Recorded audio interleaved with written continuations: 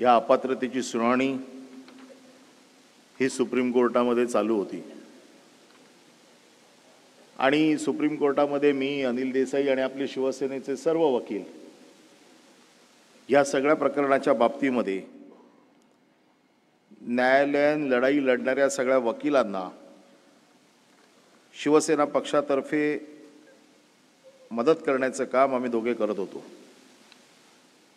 आणि ही लढत ज्या वेळेला आपले ज्येष्ठ वकील कपिल सिब्बल हे शिवसेनेची बाजू मांडत होते त्यावेळेला संपूर्ण देशाने जवळपास असं ठरवलं होतं की कपिल सिब्बल यांनी मांडलेले मुद्दे आणि या मुद्द्यांमुळे ही गद्दार 16 लोकांची कंपनी 100% डिस्क्वालिफाय होईल अशा प्रकारचं एक मत हे त्यावेळेला तयार झालं होतं। परंतु सुप्रीम कोर्टाने जो निकाल दिला, देसाई साहेबांनी सुनील प्रभूंच्या वतीने जी काही याचिका दाखल केली होती त्या याचिकेमध्ये जो निकाल दिला तो निकाल देताना आपले जे काही मुद्दे होते ते जवळपास सगळे मुद्दे अधोरेखित करून एक फ्रेम बनवून दिली होती की निकालाची अंमलबजावणी करण्याचा अधिकार हा अध्यक्षांना आहे आणि म्हणून आम्ही ह्या निकालाची एक चौकट बनवतो आणि ही चौकट अध्यक्षांकडे पाठवतो आणि ह्या चौकटीत राहून अध्यक्षांनी आपला निर्णय द्यावा अशा प्रकारची एक चौकट बनवून दिली होती। आणि ह्या चौकटीत जे काही मुद्दे दिले होते त्या मुद्द्यांपैकी 2 मुद्दे जे महत्त्वाचे होते त्याच्यामध्ये एक अपात्रतेचा मुद्दा होता आणि अपात्रतेचा मुद्दा हा परिशिष्ट 10 भारतीय घटनेच्या परिशिष्ट 10 म्हणजे शेड्यूल 10च्या खाली जे अपात्रतेला पात्र होतात कोणाला अपात्र करता येतं याच्यासाठी अतिशय स्पष्ट गाईडलाईन त्यांनी दिली होती, जी आता सरोदे साहेबांनी सांगितली की सुप्रीम कोर्टाने काय निकाल दिला होता आणि राहुल नार्वेकरांनी आपण सुप्रीम कोर्टापेक्षा कसे वरचढ आहोत हे त्यांच्या निकालात सिद्ध कसं केलं। आणि हे सगळं करताना इलेक्शन कमिशनच्या समोर आपली जी काही पक्षाच्या चिन्हाची आणि नावाची जी लढाई चालू होती त्याच्यामध्ये जो निर्णय आला साधारण त्याच निर्णयाचं वाचन हे राहुल नार्वेकरांनी केलं। राहुल नार्वेकरांनी हा जो कालचा जो निर्णय दिला या निर्णयामध्ये आपल्याला डिस्क्वालिफाय करताना काय निकष लावले, डिस्क्वालिफाय न करण्यासाठी काय निकष लावले आणि त्यांना डिस्क्वालिफाय न करण्यासाठी काय निकष लावले हे थोडक्यात आता अमित सरोदेनी आपल्याला सांगितलं, असीम सरोदेनी आपल्याला सांगितलं।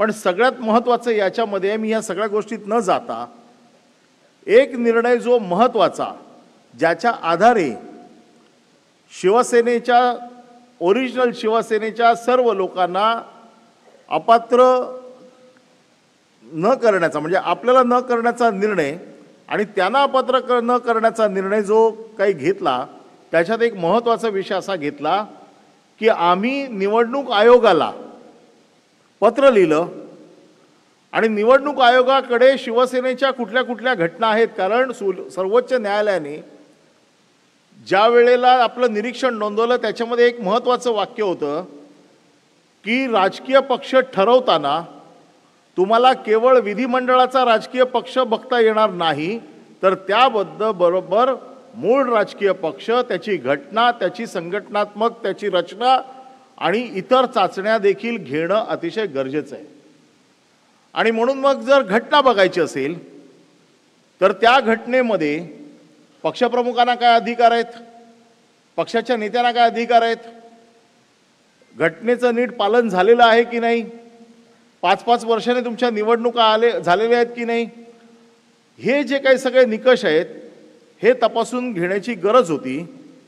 आणि त्यांनी असं सांगितलं की आम्हाला निवडणूक आयोगाने असं सांगितलेलं आहे की 1999च्या नंतर आमच्याकडे रेकॉर्डवरती काही नाही आणि आमच्यावरती रेकॉर्डवरती काही नसल्यामुळे आम्ही असा निर्णय देतो की 1999ची जी घटना आहे ही तुमची शेवटची आहे आणि त्याच्यानंतर आमच्याकडे काही नाही आणि त्या 1999च्या घटनेत सर्वोच्च अधिकार हे शिवसेना प्रमुख बाळासाहेब ठाकरे यांनाच होते, त्याच्यानंतरचे अधिकार कोणाला दिलेल्याची नोंद आमच्याकडे नाही। आणि आता बाळासाहेब नसल्यामुळे आम्हाला विधिमंडळाचा पक्ष हाच मूळ पक्ष आहे असं समजून आपलं चिन्ह पण काढून घेतलं, आपलं नाव पण काढून घेतलं आणि त्याच निर्णयाची पुनरावृत्ती साधारण राहुल नार्वेकरांनी आपल्या निकालात केलेली आहे। आणि म्हणून ज्या वेळेला निवडणूक आयोगाची केस चालू होती त्यावेळेला निवडणूक आयोगाने ज्या ज्या गोष्टी आमच्याकडे मागितल्या होत्या या सगळ्या गोष्टींची पूर्तता आम्ही केलेली आहे। आणि त्या पूर्ततेची जी केलेली आहे त्यांचा खोटेपणा हा जनतेच्या न्यायालयात सिद्ध व्हावा, कारण आम्ही सगळीकडे देऊन देखील निकाल जर असे येत असतील तर उद्धव साहेबांनी जी काही भूमिका मांडली शेवटी आपल्याला जनतेच्या न्यायालयातच जावं लागेल आणि लोकांना समजावून सांगावं लागेल की हे आपल्याशी कसे खोटे वागतायत, त्याचे साधारण पुरावे मी आपल्यासमोर सादर करतो। आणि म्हणून की जी 2013ला 2017ला म्हणजे 2013 2018 ह्या ज्या काही दोन आपल्या घटना किंवा घटना दुरुस्ती किंवा निवडणूक आयोगाला दिलेली कागदपत्र याच्या संदर्भातली जी काही आपली माहिती आहे ती आपल्या समोर सादर करतो। 2013चं माझ्याकडे आपण जी 2013ला वंदनीय हिंदू हृदय सम्राट शिवसेना प्रमुख बाळासाहेब ठाकरे यांच्या महानिर्वाणानंतर ही राष्ट्रीय कार्यकारिणीची बैठक आयोजित केली होती। आणि 2013च्या राष्ट्रीय कार्यकारिणीमध्ये आपण पक्ष घटना दुरुस्तीचे ठराव मांडले होते। 23 जानेवारी 2013च्या राष्ट्रीय कार्यकारिणीमध्ये पक्ष घटना दुरुस्तीचे जे ठराव केले गेले हे शिवसेना भवन मुंबई येथे केले गेले। यामध्ये पहिला ठराव जो आपण केला तो असा केला, ही राष्ट्रीय कार्यकारिणी असा ठराव करते की शिवसेना प्रमुख हे दैवी संज्ञा केवळ स्वर्गीय बाळासाहेब ठाकरेंना शोभून दिसते, म्हणून यापुढे पक्षातील कोणत्याही पदाधिकाऱ्याला शिवसेना प्रमुख ही संज्ञा नावापुढे जोडता येणार नाही आणि म्हणूनच शिवसेना प्रमुख ही संज्ञा गोठवण्यात येत आहे। हा आपला पहिला ठराव होता। आपला दुसरा ठराव होता, ही राष्ट्रीय कार्यकारिणी असा ठराव करते की शिवसेना पक्षप्रमुख पद हे शिवसेनेत निर्माण करण्यात येत आहे आणि शिवसेना पक्षप्रमुख हे पक्षाचे अध्यक्ष असतील, त्यांची निवड शिवसेना प्रतिनिधी सभा करेल। शिवसेना पक्षप्रमुखांची मुदत 5 वर्षासाठी असेल।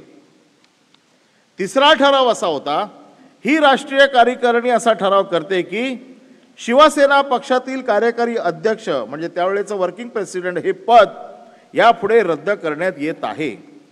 ही राष्ट्रीय कार्यकारिणी असा ठराव करते की आदरणीय हिंदू हृदय सम्राट शिवसेना प्रमुख बाळासाहेब ठाकरे यांच्याकडे शिवसेना प्रमुख म्हणून असलेले सर्वाधिकार शिवसेना पक्षप्रमुख यांच्याकडे सोपवण्यात येत आहे। शिवसेना पक्षप्रमुख हे पक्षातील सर्वोच्च नेते असून त्यांचे पक्षाचे धोरण आणि व्यवस्थापन याबाबतचे निर्णय हे अंतिम असतील। पक्ष घटनेच्या 8व्या कलमानुसार करण्यात आलेली कोणतीही नेमणूक शिवसेना पक्षप्रमुख रद्द करू शकतील। शिवसेना पक्षप्रमुखांकडे राष्ट्रीय कार्यकारिणी केव्हाही बरखास्त करण्याचे अधिकार असतील। पक्ष घटनेच्या 11व्या कलमानुसार पक्षासंदर्भातले सर्व अधिकार शिवसेना प्रमुखांकडे असतील।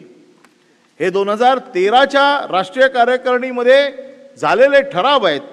5वा ठराव, ही राष्ट्रीय कार्यकारिणी असा ठराव करते की शिवसेना उपनेत्यांची एकूण संख्या 31 असेल, त्यापैकी 21 जागा पक्षांतर निवडणुकीत प्रक्रियेद्वारा प्रतिनिधी सभेच्या माध्यमातून निवडल्या जातील व उर्वरित 10 जागांवर नियुक्ती करण्याचे सर्वाधिकार शिवसेना पक्षप्रमुखांकडे असतील।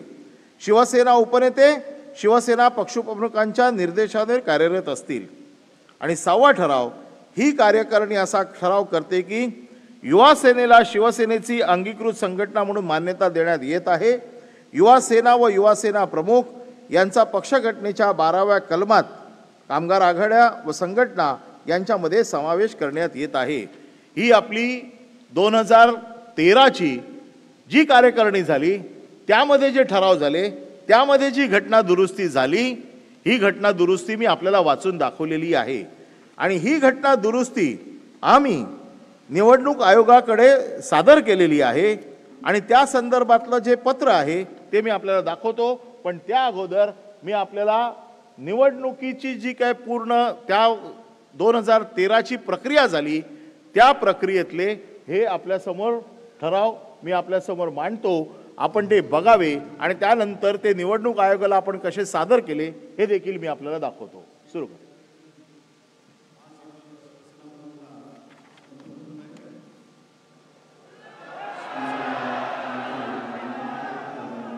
हे बघा एकच, हे कालचे निकाल देणारे आपले अध्यक्ष हे त्या सभेत होते आणि सभेत असून देखील त्यांनी सांगितलं 1999च्या नंतर आमच्याकडे कुठलाही कागद आलेला नाही, स्वतः ते त्याच्यामध्ये हजर आहेत।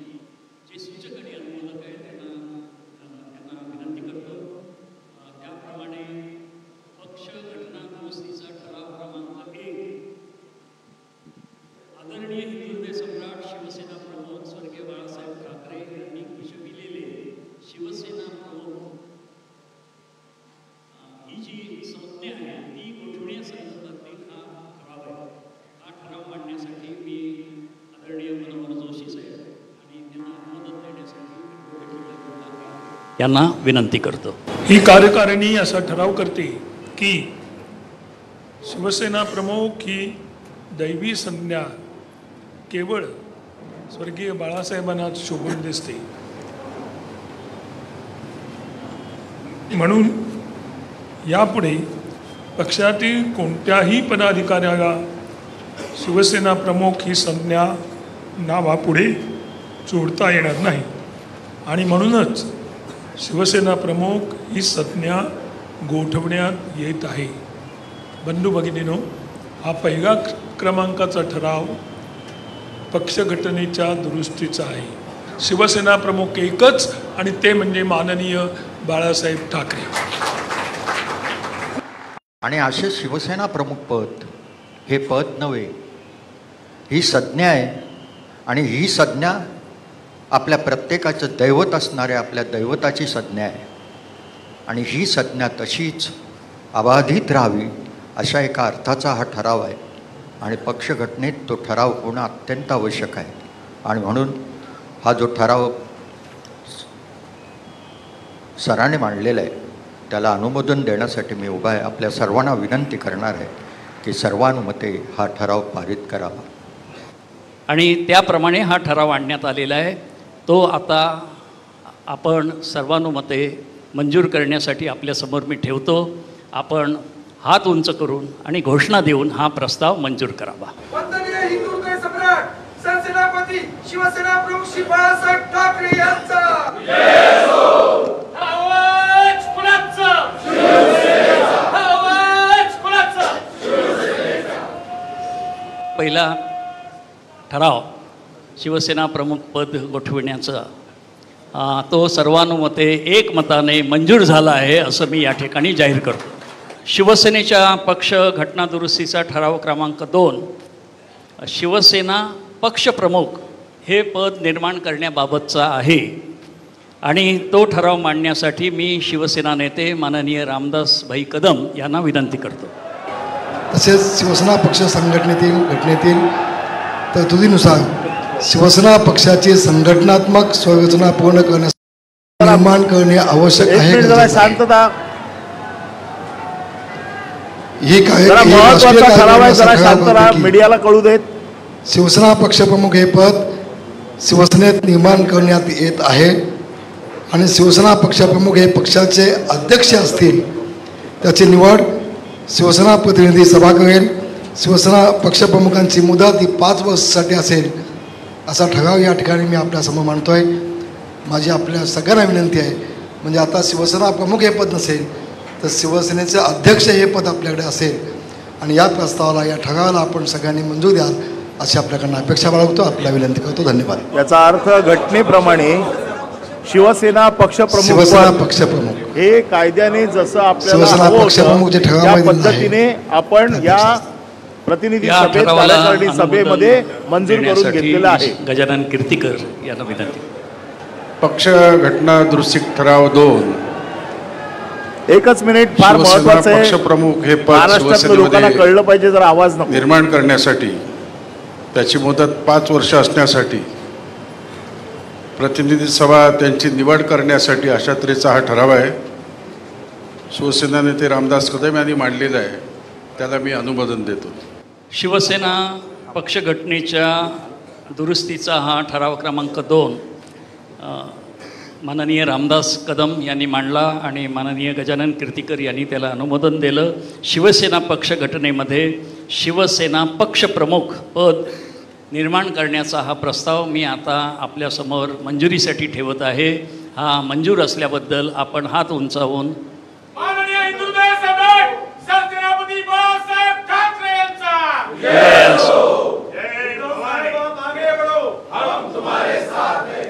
हा ठराव एकमताने मंजूर झाला असं मी या ठिकाणी घोषित करतो. आणि आता इथून पुढे पक्षाचे सर्व अधिकार, सर्वोच्च अधिकार असलेलं शिवसेना पक्षप्रमुख पद हे या घटनेमध्ये निर्माण झालेलं आहे असं जाहीर करतो. घटना दुरुस्ती क्रमांक 3 शिवसेना पक्ष घटनेतील कार्यकारी अध्यक्ष, म्हणजे इंग्रजीमध्ये ज्याला वर्किंग प्रेसिडेंट, जे आपण 2003 मध्ये निर्माण केलं होतं, ते पद रद्द करण्याबाबतचा हा प्रस्ताव आहे आणि तो मांडण्याची मी सन्माननीय शिवसेना ज्येष्ठ नेते सुधीर जोशी यांना विनंती करतो. कार्यकारिणी असा ठराव करते. शिवसेना पक्षातील कार्यकारी अध्यक्ष, वर्किंग प्रेसिडेंट हे पद यापुढे रद्द करण्यात येत आहे. ठराव क्रमांक यांनी जो 3 मांडलेला आहे, वर्किंग प्रेसिडेंट म्हणजे कार्यकारी अध्यक्षपद रद्द करण्यासंदर्भात, त्यास मी अनुमोदन देत आहे.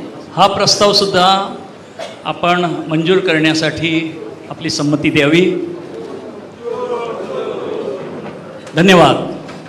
हा ठराव क्रमांक 3 कार्यकारी अध्यक्ष, वर्किंग प्रेसिडेंट हे पद रद्द करण्यात येत आहे, हा मंजूर झाला असं मी या ठिकाणी जाहीर करतो. आदरणीय हिंदुहृदय सम्राट शिवसेना प्रमुख स्वर्गीय बाळासाहेब ठाकरे यांच्याकडे शिवसेना पक्षाध्यक्ष म्हणून असलेले सर्वाधिकार यापुढे शिवसेना पक्षप्रमुखांकडे सोपविण्याचा हा ठराव आहे आणि तो ठराव मांडण्यासाठी मी गजानन कीर्तीकर यांना विनंती करतो. पक्ष घटना दुरुस्ती ठराव 4 ही राष्ट्रीय कार्यकारिणी असा ठराव करते की आदरणीय हिंदुहृदय सम्राट शिवसेना प्रमुख स्वर्गीय बाळासाहेब ठाकरे यांच्याकडे शिवसेना प्रमुख म्हणजे अध्यक्ष म्हणून असलेले सर्वाधिकार शिवसेना पक्षप्रमुख म्हणजे अध्यक्ष यांच्याकडे सोपवण्यात येत आहेत. शिवसेना पक्षप्रमुख हे पक्षातील सर्वोच्च नेते असून त्यांचे पक्षाचे धोरण आणि व्यवस्थापन याबाबतचे निर्णय हे अंतिम असतील. पक्षघटनेच्या 8व्या कलमानुसार करण्यात आलेली कोणतीही नेमणूक शिवसेना पक्षप्रमुख रद्द करू शकतील. शिवसेना पक्षप्रमुखांकडे राष्ट्रीय कार्यकारिणी केव्हाही बरखास्त करण्याचा अधिकार असतील. पक्षघटनेच्या 11व्या कलमानुसार पक्षासंदर्भातील सर्वाधिकार शिवसेना पक्षप्रमुखाकडे असतील असा ठराव मी या कार्यकारिणीसमोर मांडतो. हा ठराव सगळ्यात महत्त्वाचा ठराव होता आपल्या केसमध्ये आणि याच्यामध्ये असं म्हटलं होतं की शिवसेनेच्या पक्षप्रमुखांना अधिकार नाहीत, कारण बाळासाहेबांना जे अधिकार होते ते आता उद्धव साहेबांना नाही आहेत. 1999च्या घटनेप्रमाणे हे अधिकार फक्त बाळासाहेबांना होते. आपण ते अधिकार 2013च्या आपल्या कार्यकारिणीमध्ये सगळेच्या तर सगळे पक्षघटनेच्या 8व्या अधिकार हे कलमानुसार शिवसेना प्रमुखांचे जे करण्यात अधिकार आलेली होते कोणतीही हे नेमणूक सगळे शिवसेना अधिकार पक्षप्रमुख माननीय करू पक्षप्रमुख शकते. उद्धवजी ठाकरे आणि यांना या दिलेले कलमाचा आहेत. कधीही त्याच्यामुळे त्यांना कोणालाही माझ्यासाठी वापर नेमण्याचा करावा लागणार नाही. कोणालाही अशा काढण्याचा प्रकारचे मी शपथ अधिकार घेतोय. हा या शिवसेनेच्या भावनेतून आपण या पक्षप्रमुखांना आहे. प्रस्तावाला हा अनुमोदन पुरावा द्यावं, मी आपल्या ते सर्वांना नाकारत विनंती होते करतो. धन्यवाद. आणि त्याच्या आधारावरती त्यांनी हा खोटा निकाल दिलेला आहे. मंजुरी आपण सर्वांनी हात उंचावून मंजुरी द्यावी. ठराव मंजूर केल्याबद्दल धन्यवाद.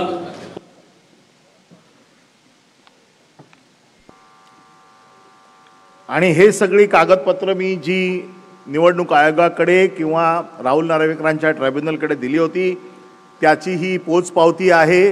आणि या पोचपावतीवरती 13 मार्च 2013 असा रिसिव्हचा स्टॅम्प आहे.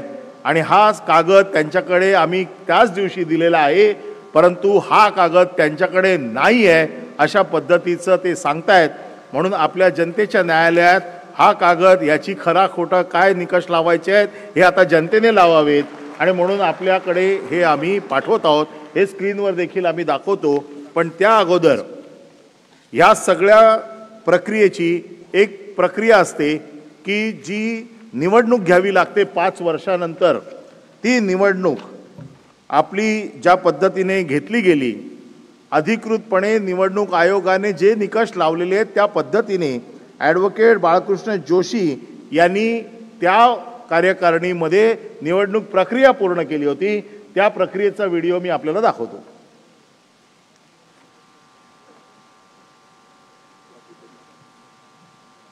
व्यासपीठावर बाळकृष्ण जोशी निवडणूक प्रक्रिया, पक्षांतर्गत निवडणूक प्रक्रिया पार पाडण्यासाठी इथं पाचारण करतो. निवडणुकीच्या प्रक्रियेला मी सुरुवात करीत आहे.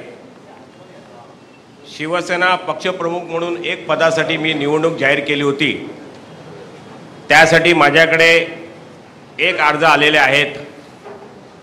माननीय श्री उद्धवजी ठाकरे यांचा एकमेव अर्ज आलेला असल्या कारणाने मी जाहीर करतो की श्री उद्धवजी ठाकरे हे शिवसेना पक्षप्रमुख म्हणून मी त्यांची निवडणूक जाहीर करीत आहे.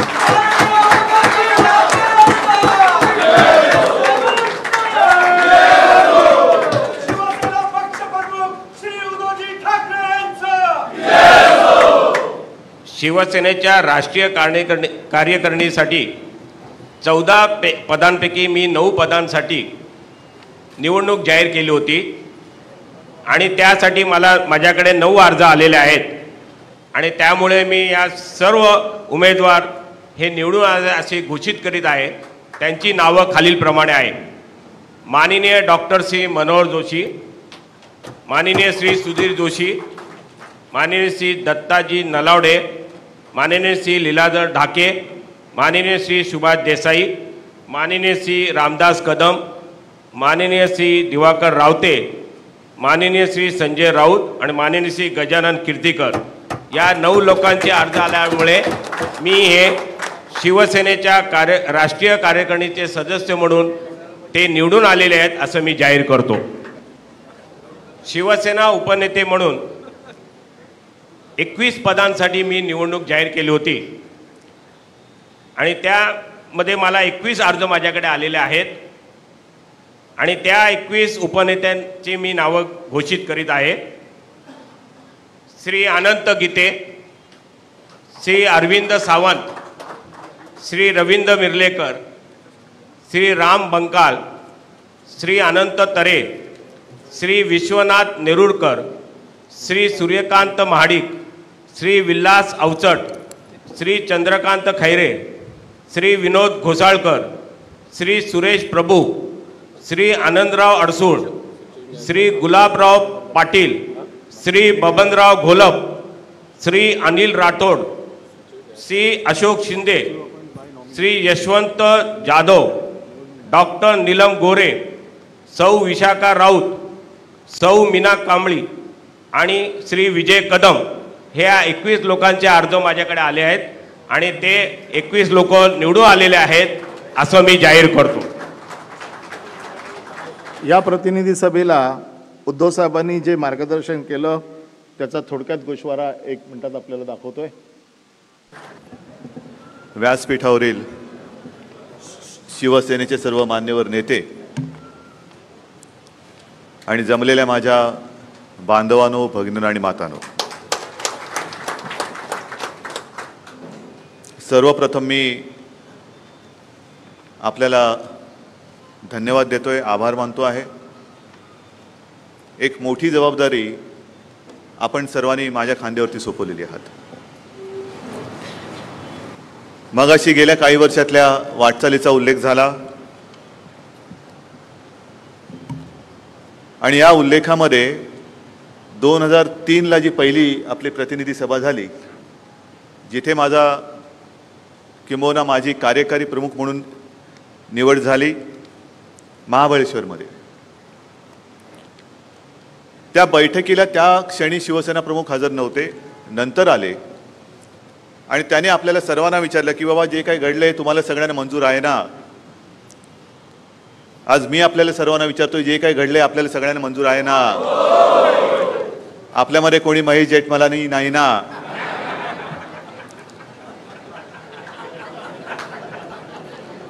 नाही, विचारलेलं बरं, कारण नंतर मग कुणाला काही सुचायला नको.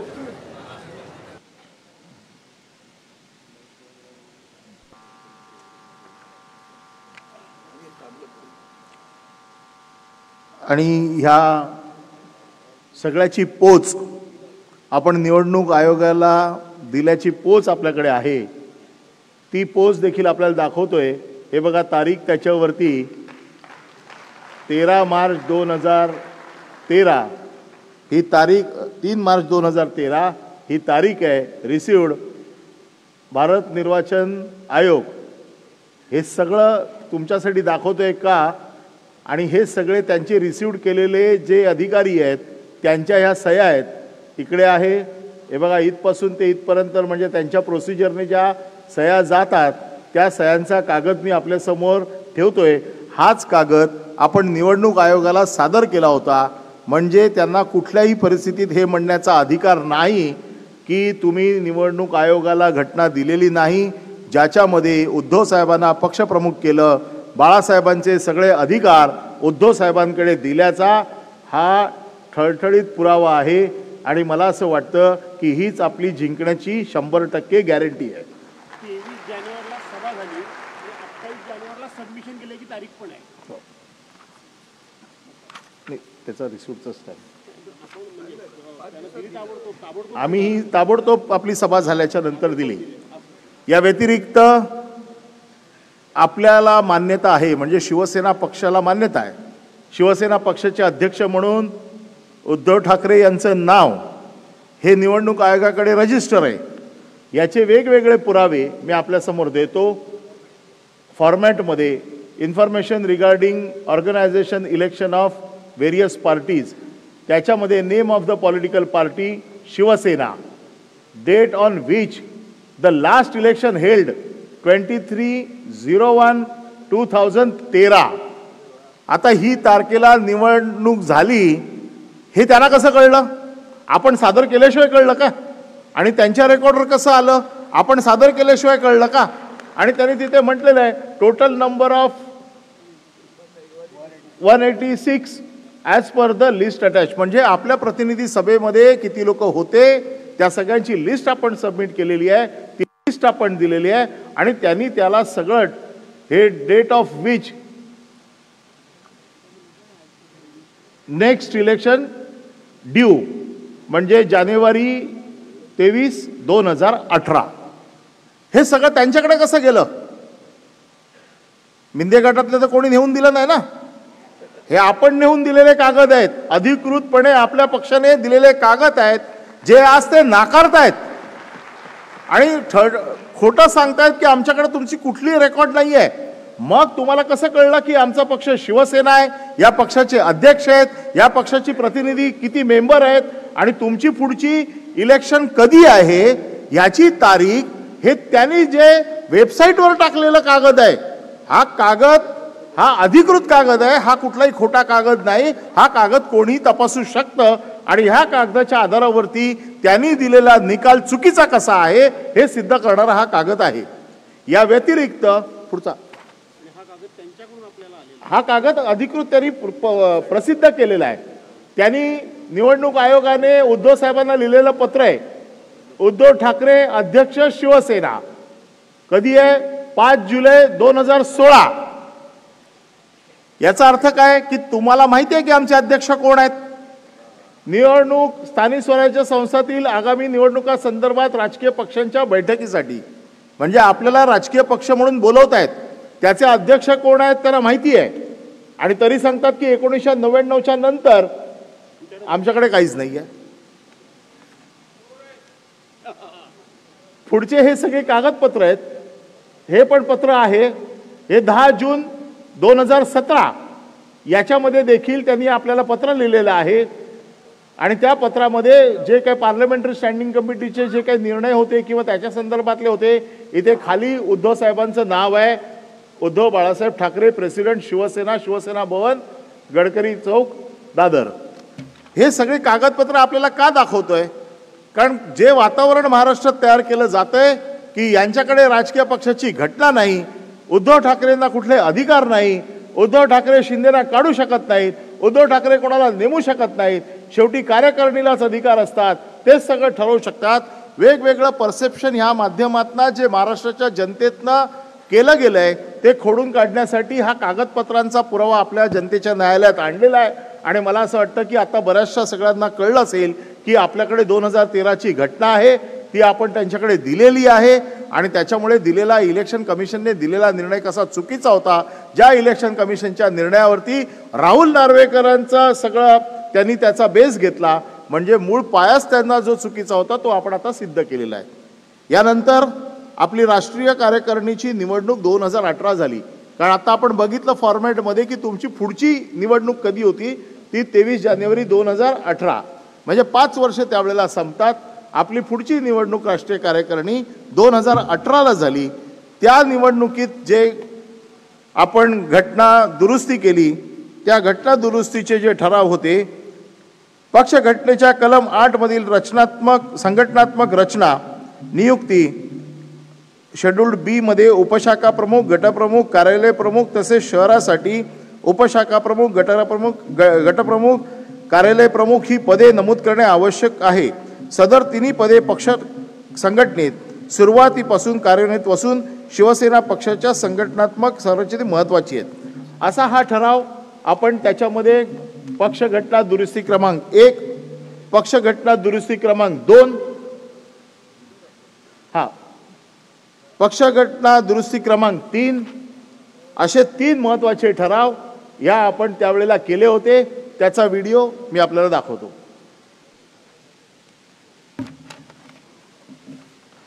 आदरणीय शिवसेना पक्षप्रमुख माननीय उद्धवजी ठाकरे, युवा सेना प्रमुख आदित्यजी ठाकरे, शिवसेनेचे सर्व आदरणीय नेते, उपनेते, उपस्थित प्रतिनिधी सभेस उपस्थित असलेले सर्व प्रतिनिधी सभेचे सदस्य, विशेष निमंत्रित शिवसैनिक बंधू भगिनींनो, शिवसेना पक्षप्रमुख माननीय उद्धवजी ठाकरे यांच्या अध्यक्षतेखाली शिवसेना राष्ट्रीय कार्यकारिणी म्हणजे शिवसेना नेते यांची बैठक सोमवार दिनांक 4 डिसेंबर 2017 रोजी मातोश्री कलानगर, मांद्रे पूर्व, मुंबई येथे संपन्न झाली. बैठकीमध्ये खालील विषयांवर चर्चा होऊन सर्वानुमते निर्णय घेण्यात आले व 3 संघटनात्मक ठराव पारित करण्यात आले. सदर राष्ट्रीय कार्यकारिणी बैठकीचे इतिवृत्त पुढील प्रमाणे. भारत निवडणूक आयोगाच्या निर्देशानुसार पक्षांतर्गत निवडणुका मंगळवार दिनांक 23 जानेवारी 2018 माननीय शिवसेना प्रमुख श्रीमान बाळासाहेब ठाकरे यांच्या जन्मदिनी NSCI वल्लभभाई पटेल क्रीडा संकुल, वरळी, मुंबई येथे घेण्याचे सर्वानुमते ठरले. शिवसेना पक्षांतर्गत निवडणुका पार पाडण्यासाठी मुख्य निवडणूक अधिकारी म्हणून ॲडव्होकेट बाळकृष्ण जोशी यांच्या नावावर राष्ट्रीय कार्यकारिणीतील शिवसेना नेत्यांचे एकमत होऊन ॲडव्होकेट बाळकृष्ण जोशी यांचे नाव मुख्य निवडणूक अधिकारी म्हणून निश्चित झाले. प्रस्ताव. शिवसेना राष्ट्रीय कार्यकारिणीमध्ये युवा सेना प्रमुख श्री आदित्यजी ठाकरे यांचा समावेश व्हावा असा प्रस्ताव शिवसेना नेते माननीय श्री रामदास कदम यांनी मांडला व त्यास शिवसेना नेते माननीय श्री गजानन कीर्तीकर यांनी अनुमोदन दिले. सदर प्रस्ताव राष्ट्रीय कार्यकारिणीने एकमताने मंजूर केला. यानंतर संघटनात्मक ठराव क्रमांक 1, क्रमांक 2 आणि क्रमांक 3 ज्यांचं वाचन संघटनात्मक ठराव हे पक्ष घटनेतील दुरुस्तींचे ठराव असतील. या क्रमाप्रमाणे या राष्ट्रीय कार्यकारिणीच्या कार्यक्रमाच्या क्रमाप्रमाणे ते इथे त्यांचं वाचन होईल, त्यांना अनुमोदन मिळेल आणि प्रतिनिधी सभेकडून त्याला मंजुरी मिळेल. या राष्ट्रीय कार्यकारिणीच्या बैठकीत शिवसेना पक्षप्रमुख माननीय उद्धवजी ठाकरे यांनी शिवसेना पक्षाचे प्रवक्तेसुद्धा घोषित केले. त्यांचंही वाचन शिवसेना पक्षप्रमुख आपल्या भाषणामध्ये त्याचा उल्लेख करतील आणि त्याचं वाचनही होईल. ॲडव्होकेट लीलाधर ढाके यांनी राष्ट्रीय कार्यकारिणीच्या बैठकीस उपस्थित असलेल्या सर्व शिवसेना नेत्यांचे आभार मानले व बैठक संपल्याचे जाहीर केले. जय हिंद, जय महाराष्ट्र. या राष्ट्रीय कार्यकारिणीमध्ये निवडणूक घेतली गेली आणि त्याची प्रक्रिया बाळकृष्ण जोशी यांनी केली. त्याचा व्हिडिओ मी आपल्यासमोर दाखवतो. आणि आता शिवसेनेचे राष्ट्रीय कार्यकारिणीला सुरुवात होते आहे. मुख्य निवडणूक अधिकारी ॲडव्होकेट बाळकृष्ण जोशी यांना विनंती करतो की त्यांनी व्यासपीठावर यावे आणि ही प्रक्रिया सुरू करावी. आपण स्वागत करूया ॲडव्होकेट बाळकृष्ण जोशी यांचं. निवडणूक आयोगाच्या निर्देशाप्रमाणे प्रत्येक राष्ट्रीय पक्षाला दर 5 वर्षांनी निवडणूक घेणे बंधनकारक आहे. त्याप्रमाणे शिवसेना पक्षनी माझी निवडणूक अधिकारी म्हणून नेमणूक केली. त्यानंतर मी निवडणुकीचा कार्यक्रम जाहीर केला आणि 15 डिसेंबर रोजी हा निवडणुकीचा कार्यक्रम आम्ही जाहीर केला. त्यानुसार 5 ते 10 जानेवारी हे नामांकन पत्र देण्यासाठी अर्ज मागवण्यात आले होते. त्याप्रमाणे या निवडणुकीमध्ये मी शिवसेना पक्षप्रमुख 1 जागा, शिवसेना नेते 13 जागा आणि शिवसेना उपनेते 21 जागा यासाठी निवडणूक जाहीर केली. माझ्याकडे जे अर्ज प्राप्त झालेले आहेत त्याचे मी इथे जाहीर करतो की शिवसेना पक्षप्रमुख म्हणून एकच पद आहे आणि त्या पदासाठी एकच अर्ज आलेले आहेत आणि त्यानुसार माननीय श्री उद्धव बाळासाहेब ठाकरे हे शिवसेना पक्षप्रमुख म्हणून निवडून आलेले आहेत असे मी जाहीर करतो.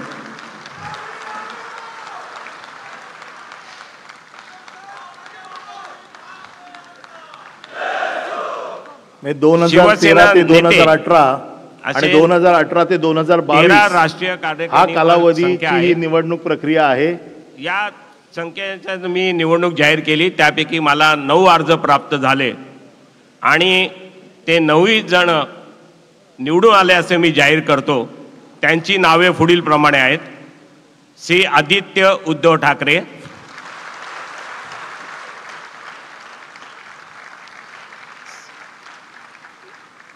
श्री मनोहर गजानन जोशी, श्री सुधीर गजानन जोशी, श्री लीलाधर बाळाजी ढाके, श्री सुभाष राजाराम देसाई, श्री दिवाकर नारायण रावते, श्री रामदास गंगाराम कदम,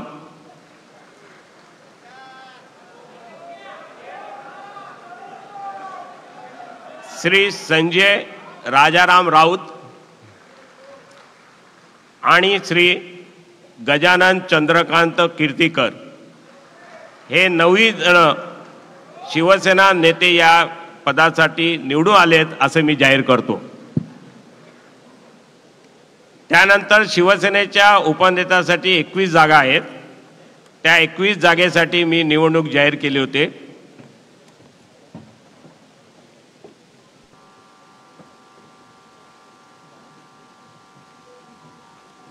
या सर्व प्रस्तावाची पोच ही निवडणूक आयोगाला आणि पूर्णपणे जो ठराव होते त्याच्यामध्ये एकनाथ शिंदे यांची नेते म्हणून पक्षप्रमुख पदी देखील ही निवड ही उद्धव बाळासाहेब ठाकरे यांनीच केलेली होती, हे देखील या प्रस्तावामध्ये होतं.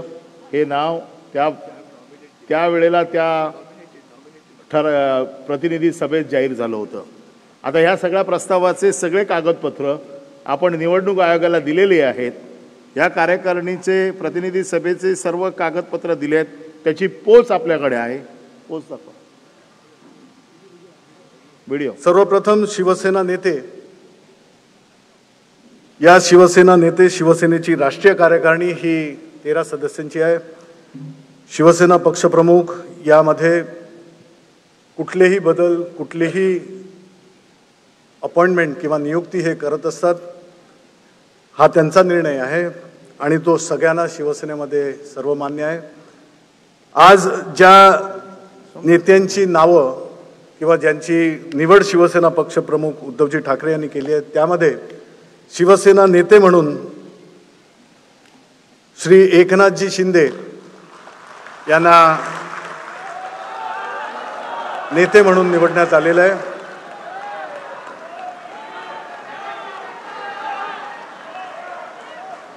त्याचप्रमाणे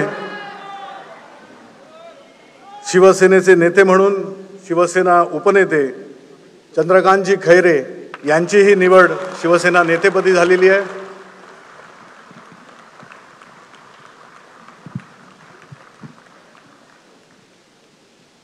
शिवसेनेचे नेते म्हणून केंद्रीय मंत्री श्री अनंत गीते यांचीही निवड शिवसेना नेते म्हणून शिवसेना पक्षप्रमुखांनी केली आहे. आणि शिवसेनेचे उपनेते खासदार आनंदराव अडसूळ यांचीही शिवसेना नेतेपदी निवड करण्यात आली आहे. शिवसेना पक्षप्रमुखांनी या 4 नेत्यांची नावं जाहीर केलेली आहेत. मी विनंती करीन त्यांनी थोड्या वेळाने, मी बाकीचं हे करतो त्याप्रमाणे नंतर यावं. आपल्या सगळ्यांना शुभेच्छा.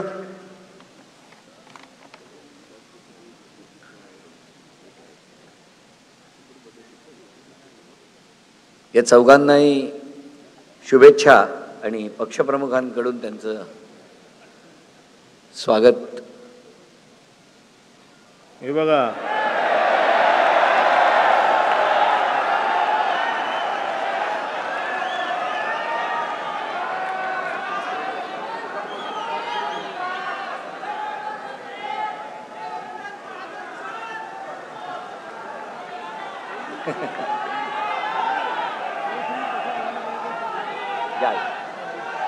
सर्व सन्माननीय नेते,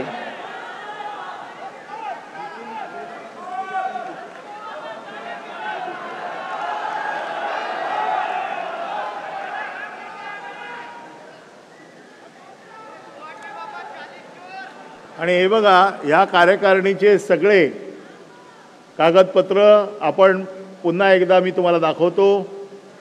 election commission of India 4 April 2018 या दिवशी आपण त्यांच्याकडे दिलेले आहेत. त्याच्यावरती त्यांची सही आहे आणि ही सगळी कागदपत्र ह्या सगळ्या पुराव्यांसकट आपण निवडणूक आयोगाला दिलेली आहे. मला असं वाटतं त्यानंतर 2018 ते 22 या काळामध्ये देखील, कालावधीमध्ये देखील निवडणूक आयोगाने आपल्याशी पत्रव्यवहार केलेला आहे आणि हा सगळा पत्रव्यवहार हा उद्धवजींना केलेला आहे. उद्धवजी बाळासाहेब ठाकरे, प्रेसिडेंट शिवसेना, हे सगळी कागदपत्र ही निवडणूक आयोगाने आपल्याला दिलेली आहेत. निवडणूक आयोगाने आपल्याला मान्य केलेलं आहे की शिवसेनेचे अध्यक्ष हे उद्धव बाळासाहेब ठाकरे हेच आहेत. हे सगळं मान्य करण्याचं मूळ कारण आपण ज्या 2 घटना त्यांच्याकडे दिलेल्या होत्या त्या 2 घटनेच्या आधारावरती ही सगळी कागदपत्र आपल्याला त्यांनी दिलेली आहेत. आणि असं असताना देखील निवडणूक आयोगाने आमच्याकडे 1999च्या नंतर कुठलीही कागदपत्र तुमची आलेली नाही, आमच्याकडे घटना आलेली नाही आणि त्यामुळे निवडणुकीचा निर्णय हा मी फक्त विधिमंडळ पक्ष कोण आहे हे बघून देतो, अशा प्रकारचा निर्णय देतोय. मला असं वाटतं की सुप्रीम कोर्टात आता आपण हे सगळं घेऊन जातोय आणि मला पूर्ण खात्री आहे ही सगळी कागदपत्र बघितल्यानंतर शिवसेनेला नाव, चिन्ह, पक्ष आणि या अपात्र आमदारांची हकालपट्टी होणार म्हणजे होणार, हा विश्वास या पक्षाचा कार्यकर्ता म्हणून मी आपल्याला देतो. जय हिंद, जय Maharashtra.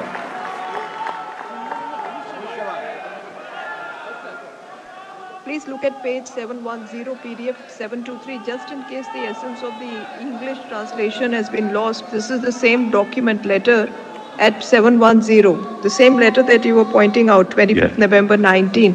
It's in Marathi. And that probably will be the essence because of the translation that you showed us. Yes, I hope my Lord the Chief Justice. Throw more light on that. Honorable It says, गुरुवार दिनांक आणि सगळ्यात महत्त्वाचं म्हणजे supreme कोर्टात आपली जेव्हा सुनावणी चालली त्यावेळेला या देशाचे सर्वोच्च न्यायाधीश चंद्रचूड साहेबांनी काय म्हटलंय ते आपल्याला मी दाखवतो. निर्वाचित आमदारांची बैठक शिवसेना आणि मराठीत त्यांनी जे म्हटलेलं आहे माननीय श्री उद्धवजी ठाकरे यांच्या उपस्थितीत संपन्न झाली.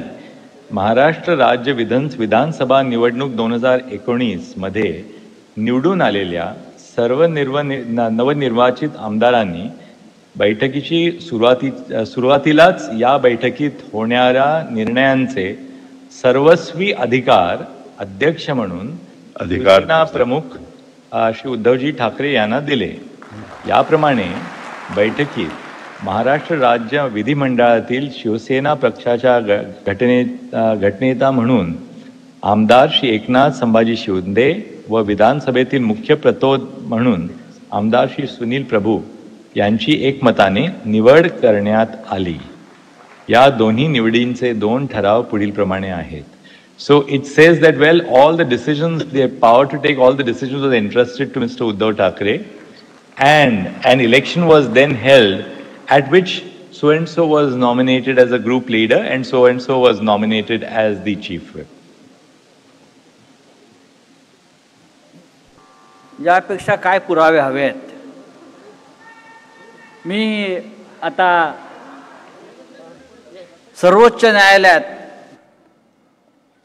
अत्यंत जिद्दीनं ज्यांनी हा खटला लढवला ते कपिल सिब्बल, अभिषेक मनु सिंघवी, देवदत्त कामत यांच्याबरोबर ॲडव्होकेट रोहित शर्मा हे व्यासपीठावर उपस्थित आहेत, मंचावर उपस्थित आहेत. मी त्यांना विनंती करतो की त्यांनी आपली भूमिका मांडावी.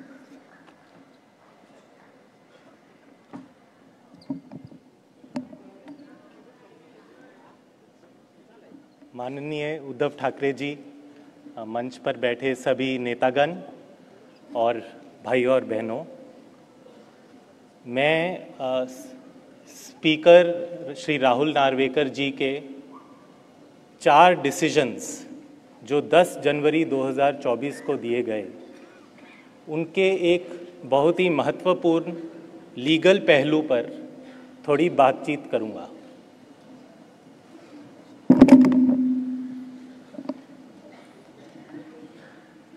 श्री सुनील प्रभु जी ने माननीय सुप्रीम कोर्ट में स्पीकर साहब के 4 डिसीजंस के अगेंस्ट एक याचिका डाली है. स्पीकर के डिसीजंस में चारों डिसीजंस में एक कॉमन बुनियाद है और वो बुनियाद ये है कि क्योंकि श्री एकनाथ शिंदे जी के साथ शिवसेना विधिमंडल के मेजॉरिटी लेजिस्लेटर्स उनके समर्थन में थे, इसका अर्थ ये है कि शिवसेना पॉलिटिकल पार्टी की आवाज़ वह विधिमंडल के विधायक हैं. यह उनके डिसीजंस की एक कॉमन बुनियाद है और हमारा ये कहना है कि यह बुनियाद असंवैधानिक है, यह बुनियाद बिल्कुल लॉ के खिलाफ है. एक पॉलिटिकल पार्टी क्या है? एक पॉलिटिकल पार्टी की स्थापना समाज में होती है, लोगों में होती है और उस पॉलिटिकल पार्टी की विचारधारा उसके कार्यकर्ता लोगों तक पहुंचाते हैं.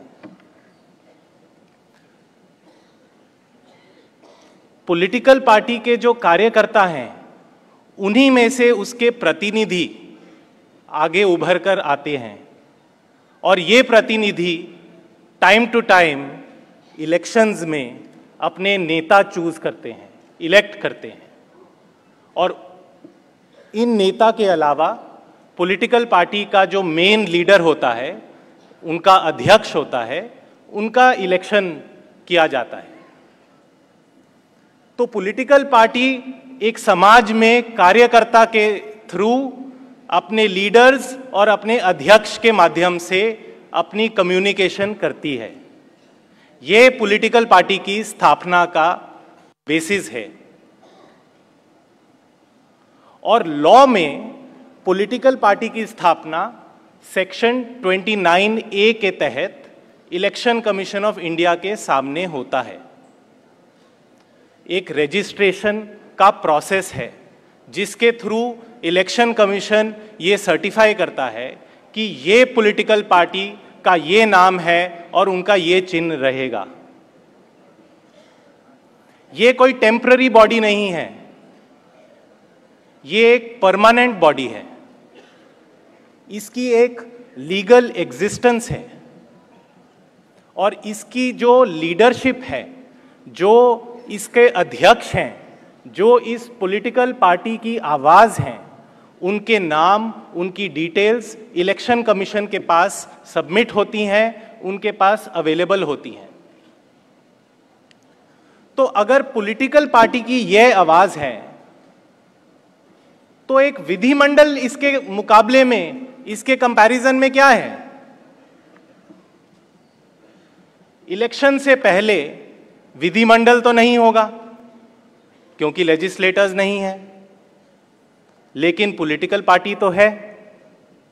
पॉलिटिकल पार्टी के कागजात इलेक्शन कमीशन के पास हैं और इलेक्शन कमीशन को कौन बताता है कि ये व्यक्ति इस पॉलिटिकल पार्टी के लिए उनके बिहाफ पर ये इलेक्शन लड़ेगी?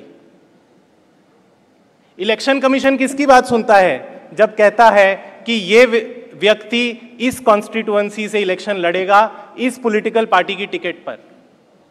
पॉलिटिकल पार्टी की लीडरशिप बताती है, जिनको इलेक्शन कमीशन रिकॉग्नाइज करता है। कोई भी व्यक्ति जाकर इलेक्शन कमीशन को नहीं बता सकता कि ये व्यक्ति शिवसेना का कैंडिडेट है, सिर्फ पॉलिटिकल पार्टी की लीडरशिप बता सकती है। और उस वक्त कोई विधिमंडल नहीं होता। इलेक्शन के बाद जितने भी व्यक्ति सक्सेसफुल होते हैं, विधायक बनते हैं, उनके ग्रुप को संविधान के 10th शेड्यूल में विधिमंडल कहा जाता है। ये एक टेम्पररी बॉडी है, ये परमानेंट नहीं है। इसकी लाइफ उतनी ही है जितना उस हाउस की टर्म है। तो अब स्पीकर साहब के डिसीजन में यह लिखा है कि अगर इस विधिमंडल के मेजॉरिटी लोग एक व्यक्ति का समर्थन करते हैं तो वो पॉलिटिकल पार्टी की आवाज है। यह कैसे हो सकता है? पॉलिटिकल पार्टी की आवाज पॉलिटिकल पार्टी की लीडरशिप है और जो विधिमंडल है उसकी स्थापना भी पॉलिटिकल पार्टी की लीडरशिप ने की है। तो कॉन्स्टिट्यूशन में पॉलिटिकल पार्टी का जिक्र सबसे पहली बार 1985 में 10वें शेड्यूल में किया गया। उसका एक उद्देश्य था।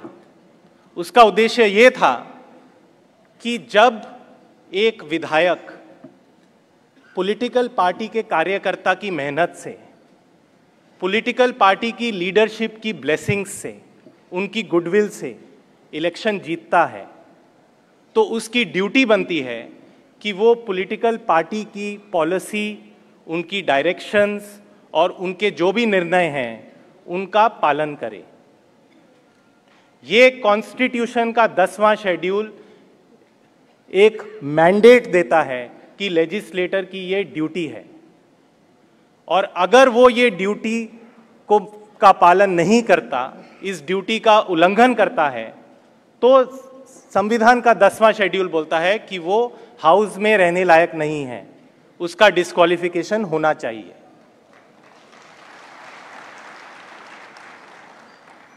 तो ये हमारी संवैधानिक स्कीम है। अब इस स्कीम के तहत जब स्पीकर साहब के सामने ये प्रश्न उठा कि क्या ये मेजॉरिटी लेजिस्लेटर्स शिवसेना की आवाज हैं, तो स्पीकर साहब ने शिवसेना के लीडरशिप स्ट्रक्चर को, जो इलेक्शन कमीशन के पास रजिस्टर्ड है, उसको नजरअंदाज कर दिया और ये कहा कि क्योंकि लेजिस्लेटर्स की मेजॉरिटी एक तरफ बोल रही है, वही पॉलिटिकल पार्टी की आवाज है। ये बिल्कुल ही 10वें शेड्यूल के खिलाफ है। इसके 3 पहलू संविधान के मुताबिक परखने पड़ेंगे। सबसे पहले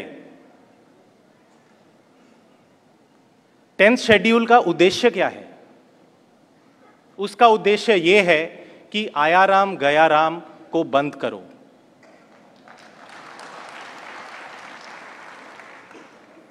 जब आप एक पॉलिटिकल पार्टी की आइडियोलॉजी पे, उसकी कार्यकर्ता की मेहनत पे, उसकी टिकट पर हाउस में इलेक्ट होकर आए हैं, तो आपका कर्तव्य है कि आप उस पॉलिटिकल पार्टी की निर्णय को, उसके डिसीजंस को फॉलो करें। आपका कोई हक नहीं है कि आप किसी और पार्टी के साथ जाकर एक अलायंस बनाएं।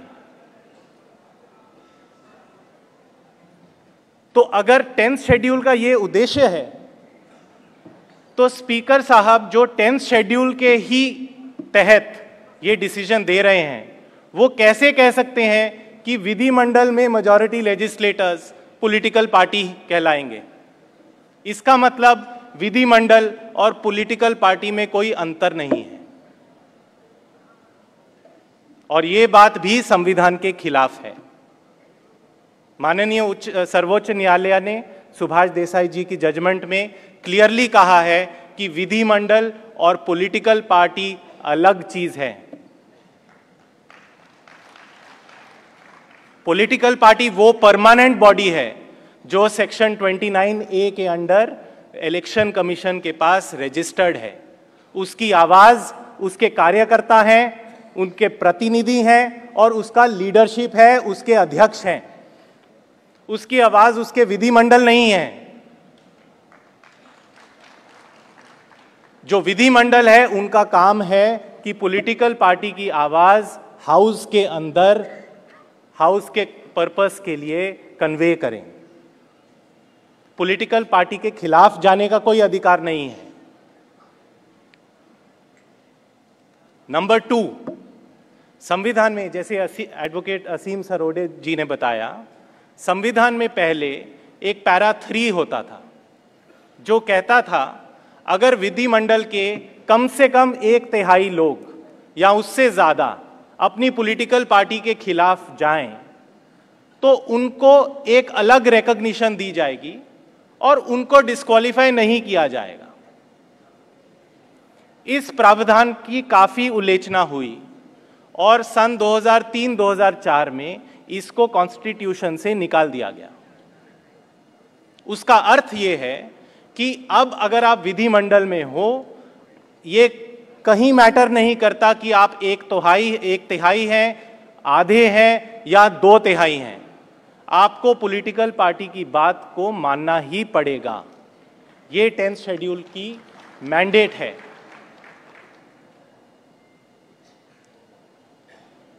तीसरी बात, अगर आप 10th शेड्यूल के सारे उद्देश्य के खिलाफ जाकर एक पॉलिटिकल अलायंस करते हैं, तो स्पीकर की ये ड्यूटी बनती है कि जो 10th शेड्यूल के अंदर अपना डिसीजन दे रहे हैं, कि वो 10th शेड्यूल को अपहोल्ड करें। उसकी जो वैल्यूज हैं, उसकी जो मोरालिटी है, कॉन्स्टिट्यूशनल मोरालिटी, उसको अपहोल्ड करें। अगर आप विधिमंडल को ही पॉलिटिकल पार्टी मान लेंगे, तो आपने वो संवैधानिक वैल्यूज को नाकार कर दिया है। और फाइनल बात मैं ये कहना चाहूंगा, जो विधिमंडल है उसकी उम्र 5 साल या उससे कम होती है, अगर वो डिस्क्वालीफाई हो जाएं तो उससे कम, अदरवाइज जो हाउस की लाइफ है वही उनकी भी लाइफ है। तो अब अगर मान लें 2014 के बाद एक नया इलेक्शन होता है और उसमें एक नया विधिमंडल आता है, तो पॉलिटिकल पार्टी की आवाज कहां गई? वो तो गायब हो गई। जो नए विधायक हैं उनको कौन चुनेगा? विधिमंडल, पर वो विधिमंडल तो एग्जिस्ट ही नहीं करता। तो ये एक बड़ी अब्सर्ड फाइंडिंग है स्पीकर साहब की कि जो विधिमंडल में मेजॉरिटी एंजॉय करता है वही पॉलिटिकल पार्टी कहलाता है। इसका एक और पहलू देखिए, एक पॉलिटिकल पार्टी इलेक्शन लड़ती है पर उसका कोई विधायक इलेक्ट नहीं होता, तो उसका विधिमंडल नहीं है। लेकिन उस पॉलिटिकल पार्टी की एग्जिस्टेंस क्या खत्म हो गई? क्या अगले इलेक्शन में वो वापस नहीं आ सकती? एक और पहलू, अगर एक पॉलिटिकल पार्टी के विधिमंडल में बहुत कम लोग इलेक्ट होते हैं, मान लो 4 लोग 5 लोग, वो उसका विधिमंडल कहलाते हैं। उन 4 में से 3 लोग एक तरफ हो जाते हैं। क्या ये 3 लोग एक पूरी पॉलिटिकल पार्टी को अपना कहलाकर जो मन में आए वो कर सकते हैं? ऐसा संविधान कभी अलाउ नहीं करता।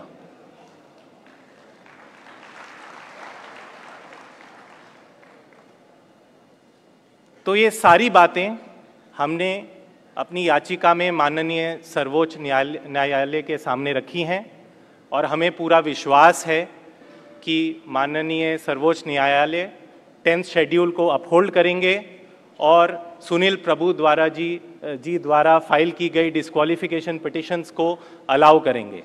धन्यवाद।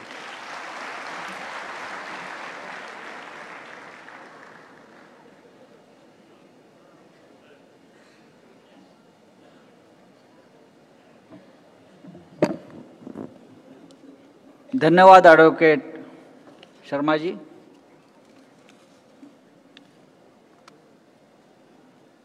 विधानसभा अध्यक्षापासून ते सुप्रीम कोर्टापर्यंत आपण पुरावे दिले, तरीही ते पुरावे त्यांना जर दिसले नसतील तर अशा विधानसभा अध्यक्षाला पुरावा की गाडावा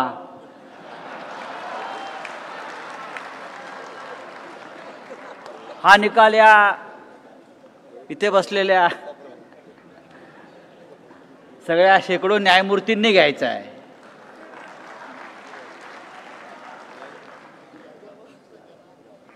डॉक्टर बाबासाहेब आंबेडकरांचं संविधान कसं पायदळी तुडवलं गेलं हे आपण आता ॲडव्होकेट सरोदे, ॲडव्होकेट शर्मा यांच्याकडून आपण ऐकलं, अनिल परबांकडून ऐकलं।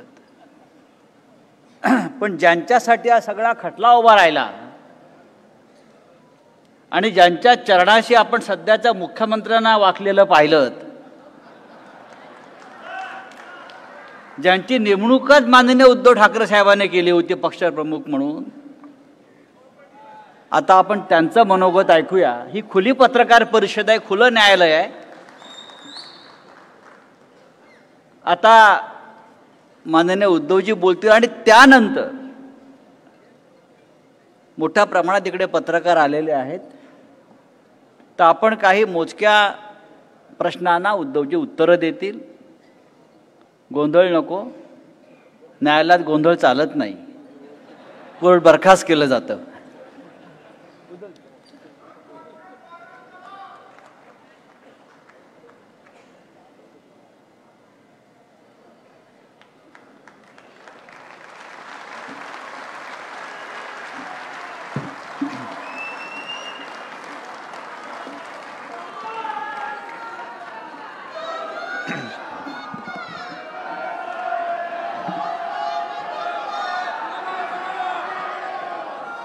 उपस्थित असलेल्या सर्व पत्रकार आणि शिवसैनिक बांधवांनो, भगिनींनो आणि मातांनो,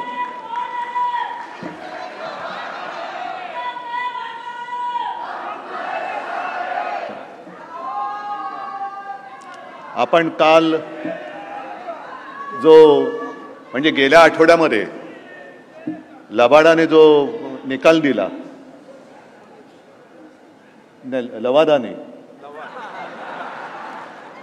लबाडाने नाही, लवादाने जो निकाल दिला त्याच्या विरुद्ध सुप्रीम कोर्टात गेलेलो आहोत. सुप्रीम कोर्टाकडनं आशा आहेच, ती एक शेवटची आशा असं मानलं तरी सर्वोच्च न्यायालय जे आहे ह्या देशामधल्या लोकशाहीचा मूलभूत घटक, तो जनता, त्या न्यायालयात आज आम्ही आलेलो आहोत. कारण देशामध्ये मतदार हा सरकार ठरवत असतो. आणि एक गोष्ट लक्षात घ्या की कदाचित जगामध्ये आपला एकमेव किंवा फार कमी देश असे आहेत की ज्यांनी जनतेने संविधान जनतेच्या चरणी अर्पण केलेलं आहे. म्हणजेच काय की सरकार कोणाचंही असलं तरी सत्ता ही सामान्य जनतेचीच असली पाहिजे. मला कल्पना ही काही जाहीर सभा नाही, बरंचसं जे काही सांगायचं ते व्यवस्थित सांगितलेलं आहे. हा सूर्य, हा जयेंद्रथ, आता तरी निकाल मिळाला पाहिजे, न्याय मिळाला पाहिजे. नाहीतर संजय राऊत, आपण जे बोललात, पुरावा पुरावा पुरावा की गाढावा, माझं तर आव्हान आहे, नार्वेकरांनी, मिंध्यानी माझ्याबरोबर जनतेत जाऊन उभं राहावं. पोलीस प्रोटेक्शन नाही, मी एक सुद्धा पोलीस घेणार नाही सोबत. तसंच मिंध्यानी यावं, नार्वेकरांनी यावं आणि तिथे नार्वेकरांनी सांगावं शिवसेना कोणाची.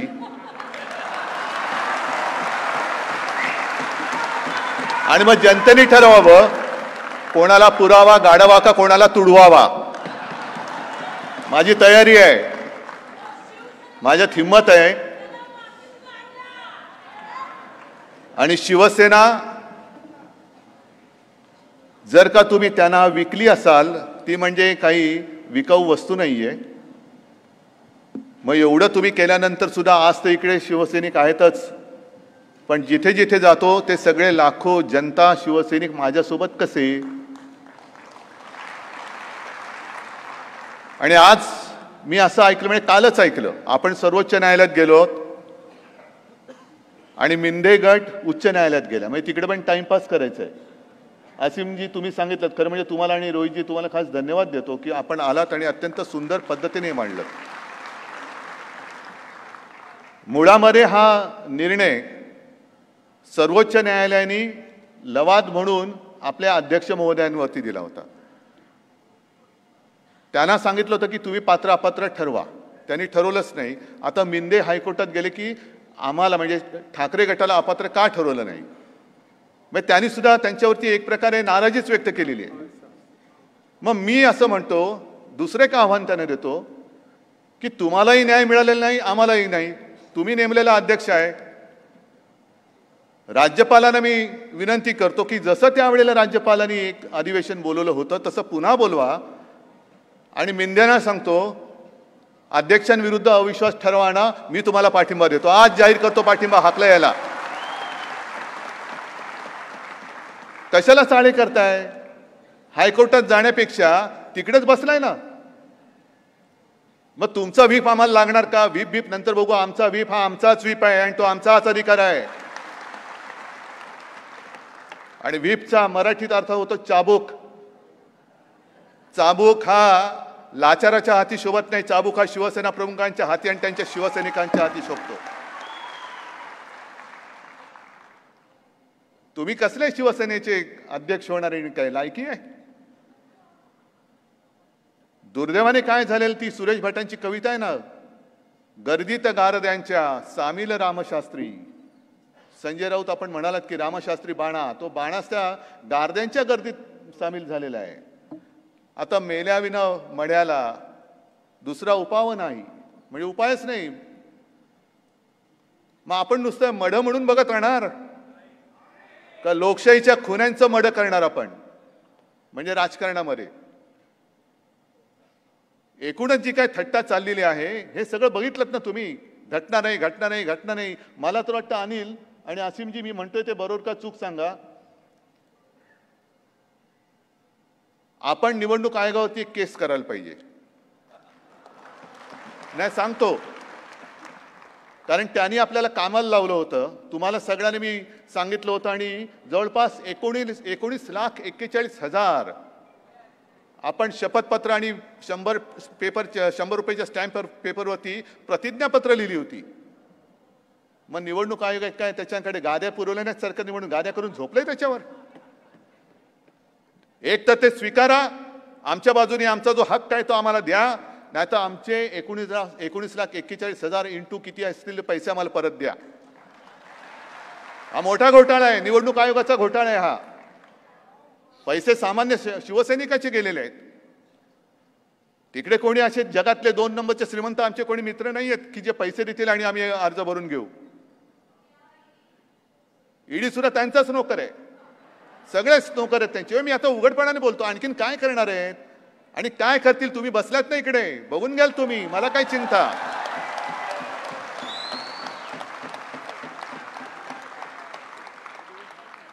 मी मुद्दामून इकडे ही प्रेस कॉन्फरन्स घेतली याचं कारण असं की 2018 साली जी आपली आतापर्यंतची शेवटची निवडणूक झाली होती प्रक्रिया ती इकडेच झाली होती. म्हणजे खोटं बोलावं ते किती बोलावं. बरं 2013 साली तुम्ही बघितलं कोण कोण होते त्याच्यामध्ये? रामराम गंगाराम पण होते ना त्याच्यात. नाही म्हणजे त्यांनी रामराम केल्या म्हणून रामराम गंगाराम म्हटलं, नाही तर तसं काय मला म्हणायचं नव्हतं. पण ही अशी सगळी नालायक माणसं एकत्र करून तुम्ही आम्हाला गिळायला निघालात. गिळायला निघाले ठीक आहे, उद्या काय होईल बघा. आज कदाचित वाटले तुम्हाला गिळले, उद्याची हालत काय होईल ती तुम्ही बघून घ्या. गिळल्यानंतर पुढे 24 तासांनी काय होतं. आता काही जण मला विचारतात की उद्धव ठाकरे यांनी राजीनामा दिला नसता तर. मी देऊन टाकला राजीनामा, कारण मला सत्तेचा मोह नाही. एका क्षणात वर्षा सोडला आणि एका क्षणामध्ये मी मुख्यमंत्रीपद पण सोडलं, भिरकावून दिलं. मी कायदा वगैरे तो बघत नाही बसलो. मला वाटलं की माझा शिवसैनिक जो शिवसेना प्रमुखांनी शिकवण दिलेली आहे त्याला त्या विचाराला त्या संस्कृतीला मी जागलो आणि मी जागणार. याला म्हणतात शिवसेना प्रमुखांचा विचार. मग असे काही म्हणतात की तुम्ही राजीनामा दिला नसता तर सुप्रीम कोर्टाने असं म्हटलंय की तुम्हाला परत मुख्यमंत्री केलं असतं. अहो बरोबर आहे, पण त्याच्यानंतर सुप्रीम कोर्टाने जे त्यांचं निरीक्षण नोंदवलं ते फार गंभीर आहे. त्यांनी राज्यपाल महोदय म्हणून त्यांचा जो काय दुसरा नोकर इकडे बसवला होता, डोकं काय सगळंच काळ आहे त्यांचं. त्यांनी मुळामध्ये ते अधिवेशन बोलवलं तेच असंविधानिक होतं. म्हणजे सरकारच असंविधानिक बसलेलं आहे तिकडे. माझ्या राजीनाम्याचं काय घेऊन बसलात? राज्यपाल महोदयांनी, म्हणजे राज्यपाल म्हणून कोश्यारी नाही म्हणत मी, त्या खुर्चीचा मान राखतो, संपूर्ण ते कटामध्ये सहभागी झाले. आणि ह्या कटाची सुरुवात ही एक महत्वाचा मुद्दा आहे. जसं आसिमजी तुम्ही म्हणालात की उद्धव ठाकरेची लढाई नाही आहे, ही फक्त शिवसेनेची लढाई नाही आहे. ही संपूर्ण आता जग बघतंय. ही लढाई आता या देशामध्ये लोकशाही जिवंत राहणार आहे की नाही त्याची ही लढाई आहे. ही लढाई आता केवळ लोकशाहीची पण राहिलेली नाहीये. ही लढाई आता या देशामध्ये सुप्रीम कोर्ट अस्तित्वात राहणार आहे का लवाद त्याच्या डोक्यावर बसणार आहे त्याची ही लढाई आहे. म्हणजे आता सुप्रीम कोर्टाचा आदेश हा सर्वोच्च मानायचा किंवा या लबाडाचा आदेश सर्वोच्च मानायचा, ही लढाई आता उद्या होणार आहे. ठीक आहे, आमच्या पात्र अपात्रतेचा निर्णय आहे तो माझी जनता घेईल. ते म्हणतील त्या दिवशी मी घरी बसेन. पण लोकशाही राहणार आहे की नाही जिवंत, हा महत्वाचा प्रश्न आहे. सर्वोच्च न्यायालयाचं अस्तित्व, त्याचं वर्चस्व, त्याचा अधिकार. नाहीतर संजय राऊत तुम्ही इकडेच बोलला होतात आपल्या 19 जूनच्या कार्यक्रमामध्ये, कारण तेव्हा तो निकाल दिला होता आणि आपल्याला एक अशी वेडी आशा होती की आता हे सर्वोच्च न्यायालयाने दिलेल्या चौकटीत निकाल देतील, तो त्याने द्यायलाच पाहिजे होता. आणि तुम्ही बोलला होतात की जे कोर्ट असतं ते फाशीची शिक्षा सुनावतं, बरोबर ना असीमजी? पण प्रत्यक्ष अंमलात कोण आणतं? जल्लाद. त्या जल्लादाचं काम या लवादाला दिलं होतं. आणि फाशीसाठी म्हणजे सगळं सुप्रीम कोर्टाने तयार करून दिलं. लवाद म्हणतो मी फाशी कसं देऊ, याच्या जन्माचा दाखलाच नाही. अरे जन्माचा दाखला तपासायला नव्हता सांगितलं, त्यांनी जो गुन्हा केलाय त्याच्याबद्दल त्याला फाशी द्यायला सांगितलं होतं.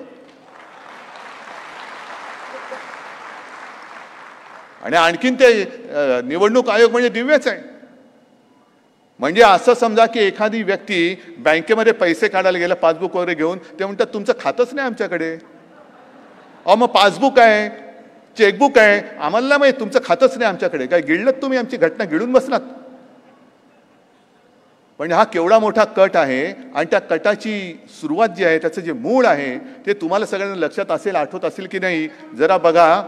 कारण गेल्यावर काय मला वाटतं 2022 साली JP नड्डा इकडे आले होते. आता त्यांना सुद्धा काय अधिकार आहेत की नाही कल्पना नाही. असा ठराव त्यांच्याकडे झाले की नाही की सर्व अधिकार JP नड्डा या अध्यक्षाला दिलेले आहेत की नाही काढा. पण ते असे म्हणाले होते की या देशात आता फक्त एकच पक्ष राहणार, भारतीय जनता पक्ष, बाकी सगळे पक्ष संपून टाकणार.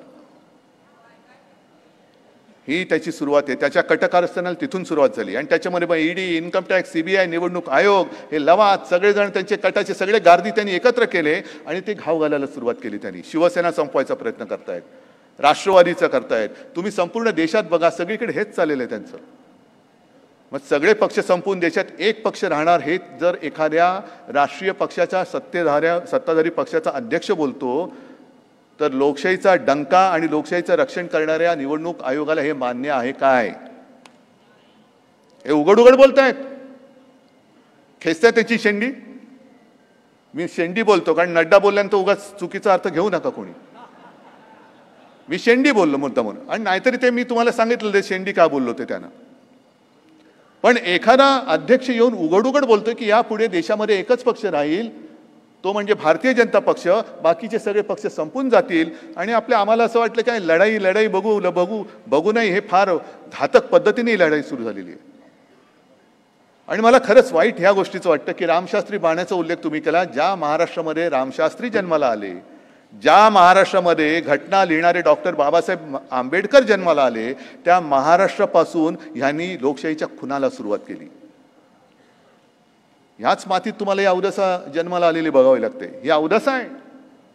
या महाराष्ट्रामध्ये जसं बाबासाहेब आंबेडकर जन्माले, रामशास्त्री प्रभूने जन्माले, तसे लोकशाहीचे हत्यारे सुद्धा जन्म घेत आहेत.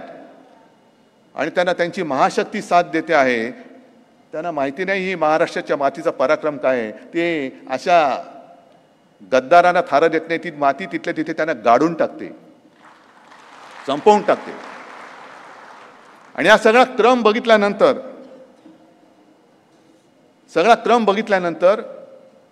आजचं हे करणं हे फार गरजेचं होतं. कारण आपल्यावरती संशय घेतले गेले. मध्ये कोणीतरी सांगितलं की शिवसेनेने पेपर नीट ठेवले नाहीत. सगळं पेपर आणखीन काय काढायचं, आणखीन काढून तुम्हाला दाखवतो. पण महत्त्वाचा मुद्दा की समजा 1999 साली आम्ही दिलेली घटना ही शेवटची मानली. मग 2014ला मला काय म्हणून तिकडे मोदींना पाठिंबा द्यायला बोलवलं होतं? 2019ला मला काय म्हणून मोदींना पाठिंबा द्यायला बोलवलं होतं? कशासाठी माझी सही घेतली? मग कोणतरी ढोकळेवाल्याची घ्यायची होती, शेवफाफडेवाल्याची घ्यायची होती. तुम्हाला अजूनही असेल, नको आता त्याची वेळ झाली, आठवण करू नका, चहाचीच वेळ झाली. पण मला बोलवलं होतं. आणि तुम्हाला माहिती असेल की जेव्हा मला वाटतं 19 साली जी रांग बसली होती, नरेंद्र मोदी आणि सगळे बसले होते, त्याच्यात मला बसवलं होतं. आणि मोदीजी मला वाटतं तेव्हा बोलले ते का 14 साली बोलले असतील, लक्षात नाही आता, कि अब बाला साहब नहीं रहे, कुछ सलाह मशवरा करनी होती है तो मैं आप उद्धव जी से बात करता हूँ. मग मी काय असाच होतो? मग तुमचा तो आता काय, मला कधी कधी माझी पंचायत काय होते की घराणेशाहीचा आरोप झाल्यावरती मला उत्स्फूर्तपणाने घराण्याचे पारंपरिक शब्द आठवतात. पण ते मी उच्चारायला गेलो की मग वाटतं अरे थांब जरा. आणि मग मला मनातल्या मनात समानार्थी शब्द आठवून मग ते बोलावे लागतात. नाहीतर मी काहीतरी बोलणार होतो, जाऊ द्या. पण तुमचे महनीय अध्यक्ष त्यावेळीचे अमित शहा,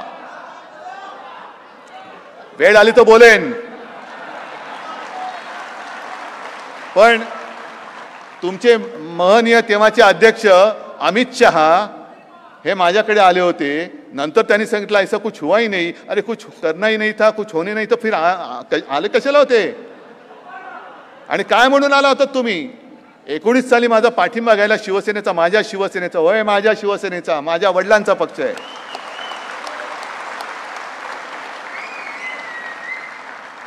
पाठिंबा घ्यायला याला तुम्हाला लाज वाटली नाही. आणि आता तुम्हाला 2014 साली लोकसभेला माझा पाठिंबा तुम्ही म्हणजे मी माझा म्हणजे माझ्या शिवसेनेचा बोलतो. मी नाहीये, मी म्हणजे तुम्ही सगळे आहात. पण माझा पाठिंबा तुम्हाला लागला. 2014ला घेतलात, लोकसभेला घेतलात आणि ऑक्टोबरला युती तोडलीत. शिवसेनेबरोबर युती, मग तुम्ही ती शिवसेना होती, तुम्हाला माहित नव्हतं यांची घटना नाहीये, अध्यक्ष काय. मग माझं पत्र घेताना आणि देवेंद्र फडणवीस सुद्धा जे 5 वर्ष त्यांनी मुख्यमंत्रीपद उभवलं ते कोणाच्या पाठिंब्यावर?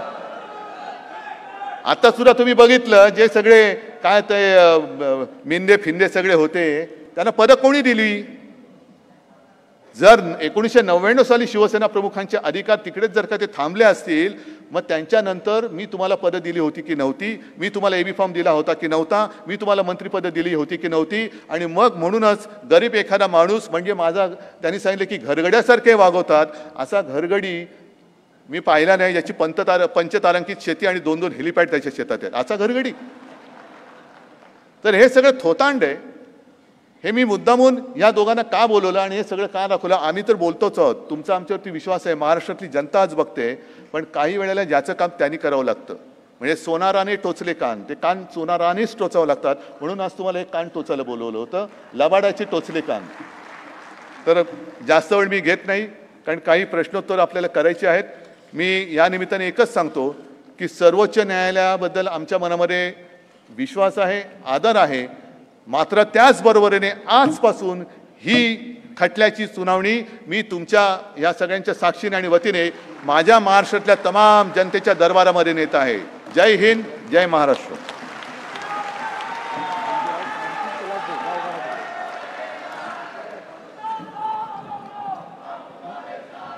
उद्धव साहब आपने धो डाला.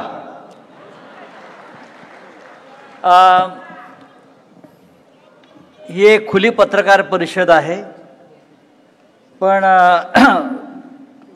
वेळ झालेला आहे, तर काही प्रश्न आपण घेऊया. मला असं वाटतं की आपण माईक आपण तिकडे देतोय, तर साधारण एक 10 प्रश्न आपण घ्यावा असं ठरलेलं आहे. तर साई, प्रश्न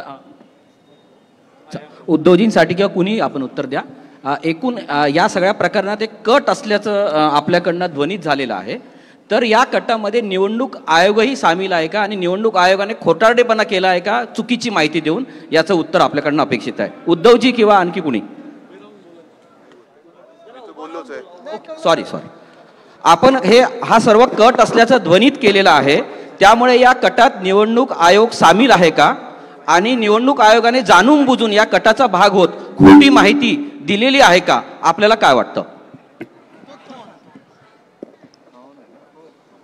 सगळ्यांनीच सांगितलं त्याप्रमाणे याच्यात कट आहेच, कारस्थान आहे. आता जसं ॲडव्होकेट अनिल परब यांनी दाखवलं आणि मी जेव्हा इलेक्शन कमिशन समोर केस सुरू होती तेव्हा पण मी अनिल देसाई यांच्यासोबत होतो.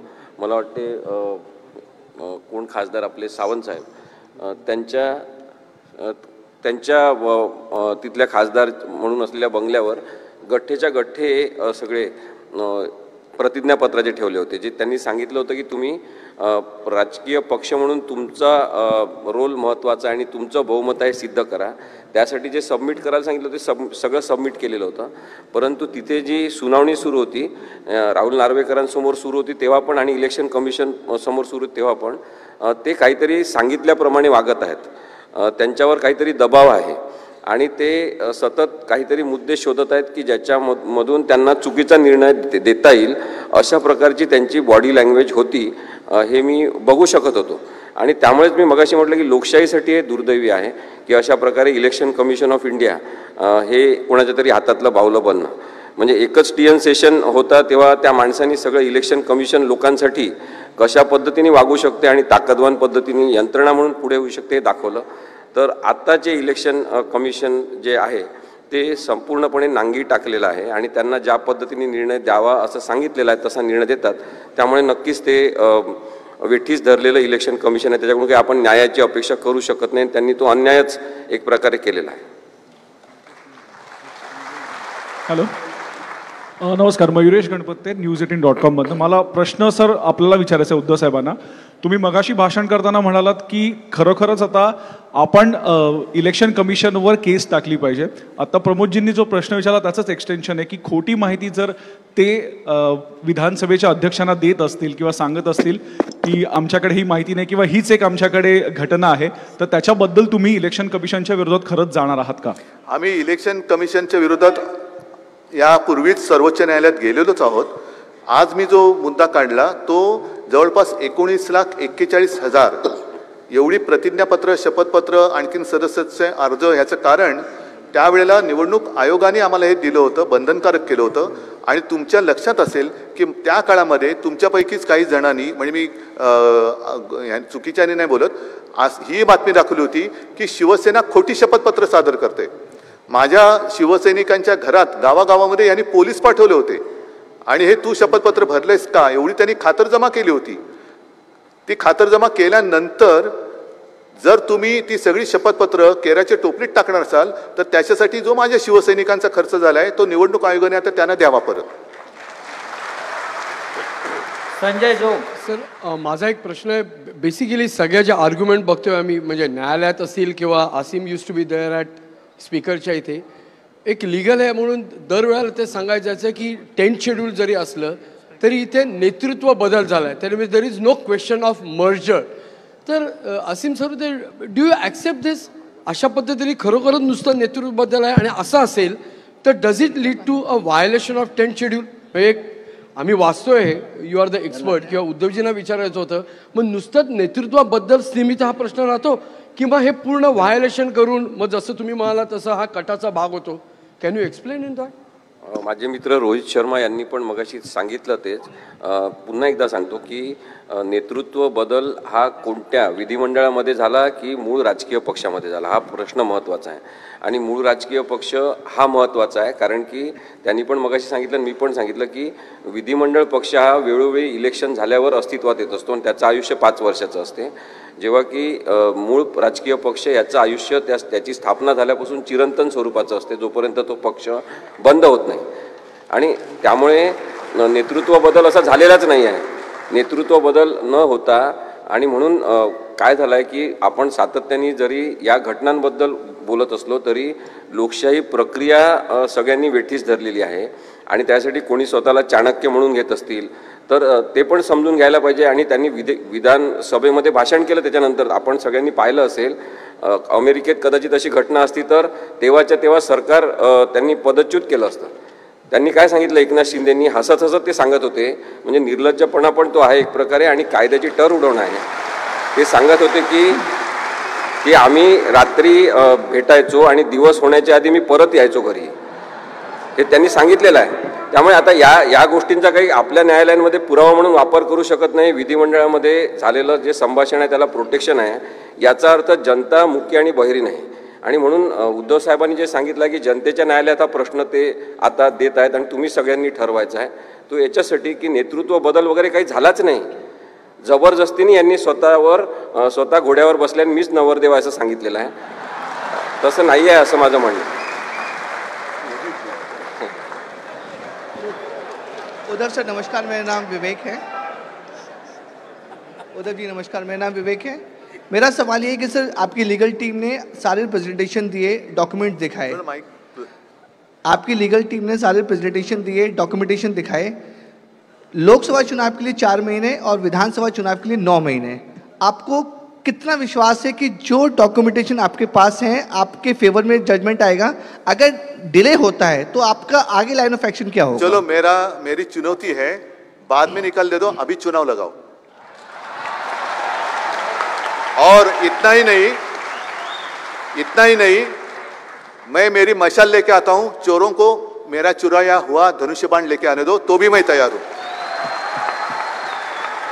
और ये बात, जैसे मैंने कहा कि ये बात सिर्फ अब मेरी शिवसेना यहां तक सीमित नहीं है, अब पूरे जनतंत्र, डेमोक्रेसी अपने देश में रहेगी या खत्म होगी या उसकी हत्या की गई है, वो परिणाम अब हमें पता चलेगा, उसका निकाल त्याचा निकाला लागणार आहे। हम तो लड़ने वाले हैं, सत्ता आती है सत्ता जाती है, गई सत्ता वापस लाएंगे, चुनाव का कोई डर नहीं है मुझे, लेकिन हिम्मत होनी चाहिए, जो मुझ में है वो उनमें नहीं है।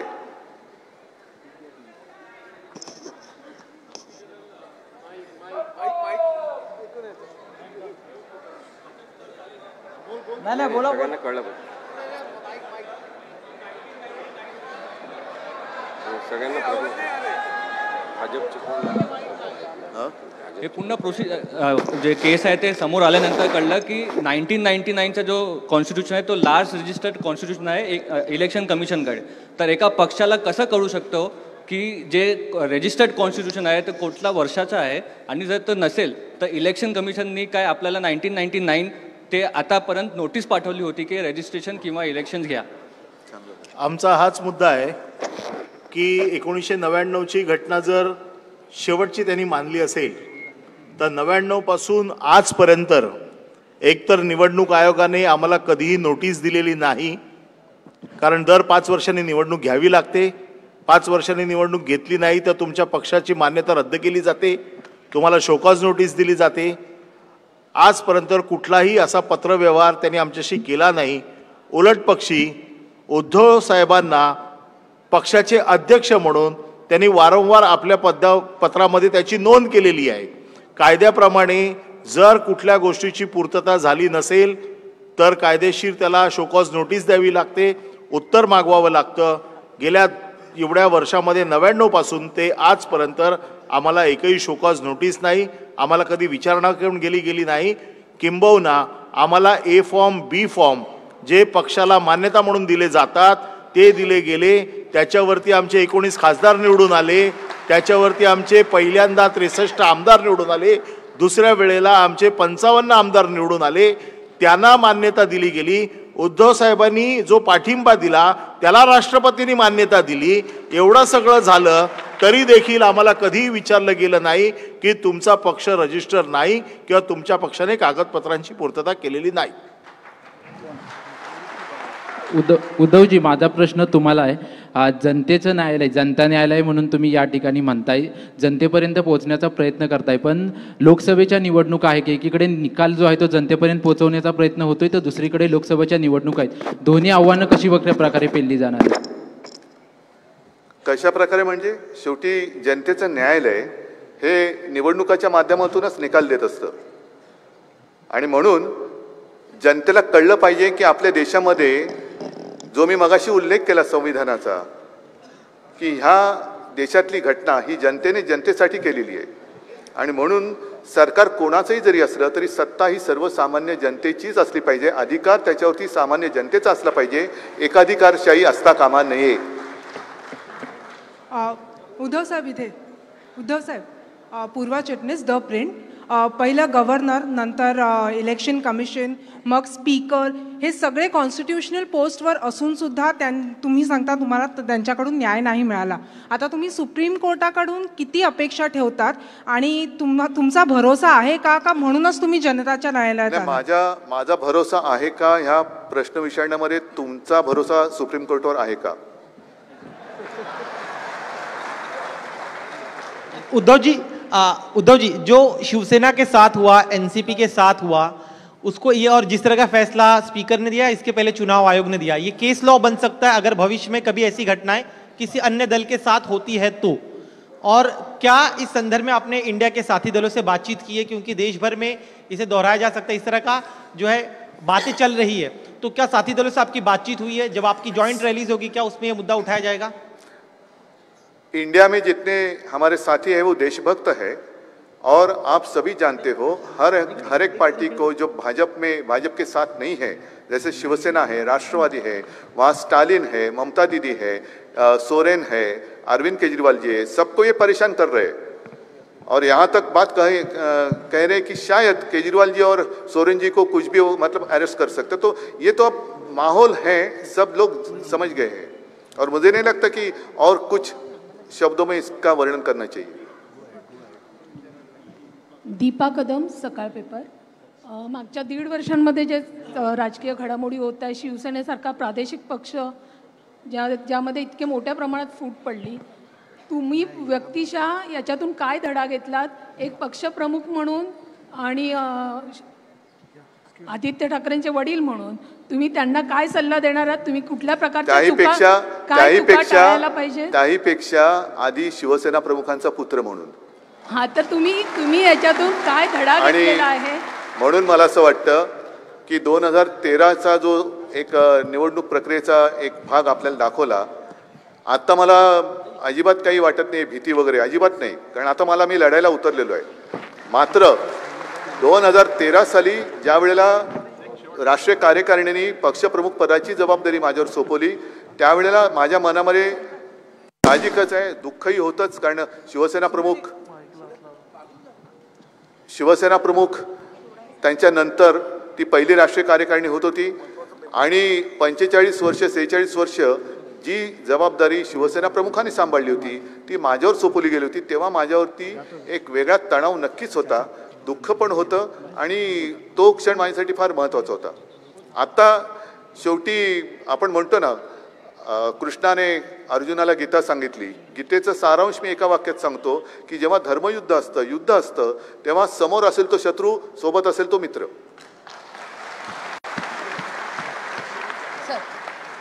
सर ज्योत्स्ना गंगणे लोकशाहीमधून, सर ज्योत्स्ना गंगणे लोकशाहीमधून। सर माझा प्रश्न उद्धव साहेबांना, त्याच्यासाठी लढतोय आम्ही। सर आम्ही पण सर तुम्ही लढताय आहात। हो सर। सर माझा प्रश्न उद्धव साहेब तुम्हाला आहे की ज्यावेळेस म्हणजे तुम्ही मुख्यमंत्री असताना ज्यावेळेस जे तुमचे आमदार गुवाहाटीला गेले, राज्य सोडून गेले, त्यावेळेस तुम्ही लगेचच राजीनामा ऑफर केला आणि तुम्ही तो राजीनामा दिला सुद्धा। हे खूप मोठं मन तुम्ही दाखवलं त्यावेळेस। विशेष म्हणजे त्यावेळेस असं म्हटलं जातं की स्वतः शरद पवार साहेब आणि काँग्रेसचे वरिष्ठ नेत्यांनी पण तुम्हाला असा सल्ला दिला होता की विधानसभेमध्ये जाऊन तुम्ही हा राजीनामा दिला पाहिजे वगैरे।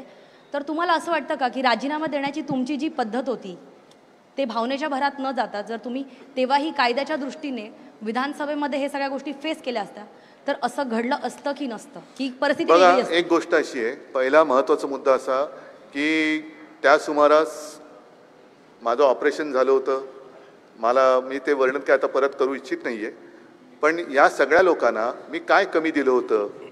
पण या लोकांनी एकदा जरी मला सांगितलं असतं की आम्हाला मराठमोळा वडापाव नको, आम्हाला शेवफाफडा किंवा ढोकळा द्या, तर दिला असता मी त्याला शेव, आणि त्याच्याबरोबर कटिंग चाय पण द्या, तर दिला असतं मी त्यांना। पण त्याच्यासाठी सुरतला जायची गरज नव्हती, कारण ते इकडे सुरत दाखवू शकत नव्हते, इकडे ते उघड्या चेहऱ्याने फिरू शकत नव्हते, म्हणून ते पळाले। आणि मला असं वाटतं मी माझ्यातल्या एक काय त्याचा एक तो पटकन उच्चारणं कठीण आहे, काय सतसत विवेक बुद्धी, हा उच्चारला बरोबर, ती जागी आहे आणि त्या विवेक बुद्धीला जागून मी राजीनामा दिला। मला सत्तेचा मोह तेव्हाही नव्हता, आत्ताही नाही, मात्र मी परत सत्ता आणणार हे नक्की। उद्धव साहेब, पंकज जळवी, पुढारी न्यूज। जसं तुमची सुनावणी, पुढारीपणाचाच वाद सुरू आहे। उद्धवजी, सुनावणी आजपासून राष्ट्रवादी काँग्रेस पक्षाची सुद्धा सुरू झालेली आहे, पुढच्या लढेच मागचा शहाणा, असे काही सांगणार आहात का? काय अपेक्षा आहे या सुनावणीकडे? त्यांना सांगून झालेलं आहे आणि मला असं वाटतं पवार साहेब हे नक्कीच ठेच न लागता सुद्धा शहाणे झालेत। धन्यवाद, थँक्यू व्हेरी मच। कोर्ट संपलेला आहे। चला, धन्यवाद, जय हिंद, जय महाराष्ट्र।